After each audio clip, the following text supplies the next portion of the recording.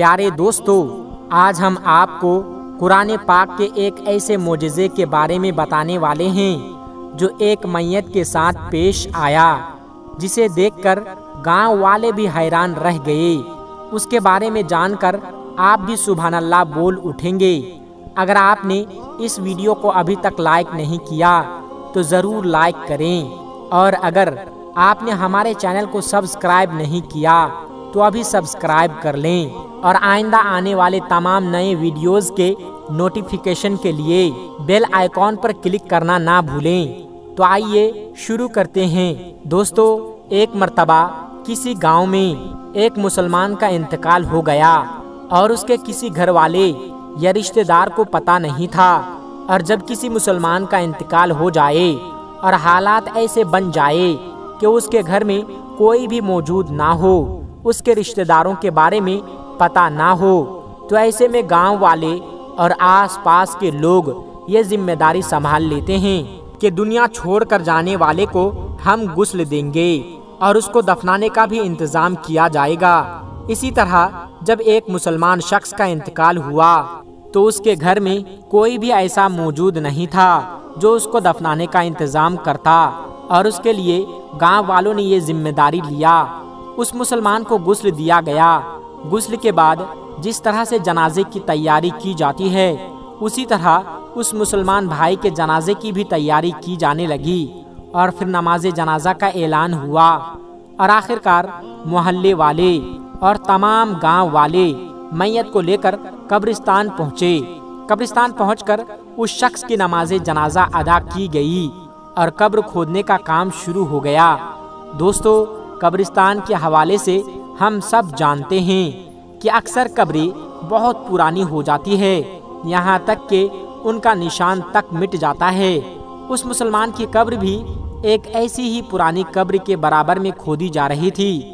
دوستو، جب اس کی قبر کھودی جا رہی تھی تو برابر والی قبر کمزور ہونے کی وجہ سے زمین میں بیٹھ جاتی ہے، اور جس کی وجہ سے اس قبر میں موجود مردے کے پاؤں نظر آنے لگتے ہیں۔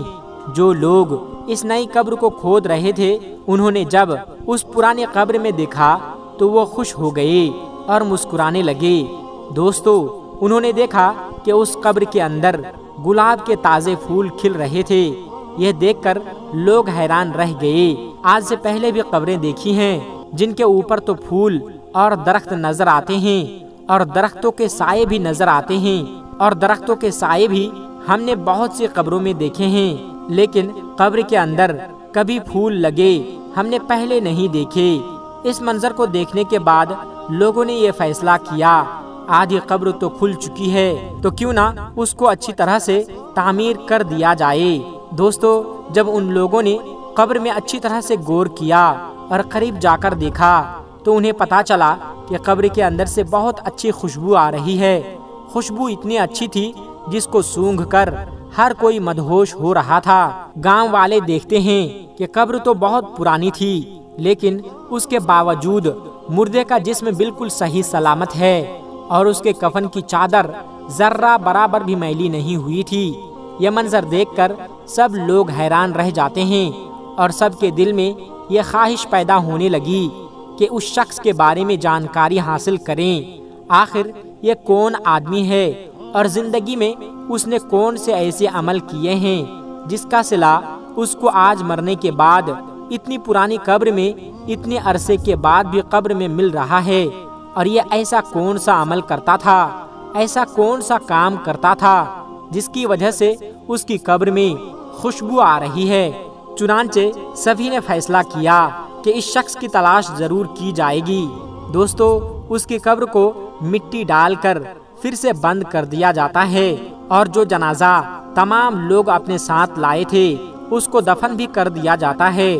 پھر اس کے بعد لوگ آس پاس کے تمام گاؤں میں پھیل جاتے ہیں، اور اس قبر کے مردے کے گھر والوں کو تلاش کرنا شروع کر دیتے ہیں۔ آخرکار کئی روز کی سخت محنت کے بعد اور بزرگوں کے مشورے کے بعد انہیں یہ پتہ چل جاتا ہے کہ یہ شخص کون تھا۔ پھر کچھ لوگ اکٹھے ہو کر اس کے گھر پہنچ جاتے ہیں جہاں وہ شخص کبھی رہا کرتا تھا۔ بظاہر دیکھنے میں گھر بہت پرانا لگ رہا تھا، اور گھر کو دیکھ کر یہ نہیں لگتا تھا کہ یہاں کبھی کوئی رہتا ہوگا۔ لوگ اس گھر کا دروازہ کھٹکھٹاتے ہیں، جس کے بعد اندر سے بہت کمزور سی آواز آتی ہے کہ دروازہ کھلا ہے، اندر آ جاؤ۔ گاؤں والے مل کر اس گھر کے اندر داخل ہوتے ہیں کہ اس گھر میں ایک بہت کمزور دبلی پتلی سی عورت مقیم ہے، جس کی عمر بہت زیادہ ہو چکی ہے اور اس کا جسم انتہائی کمزور ہو چکا ہے۔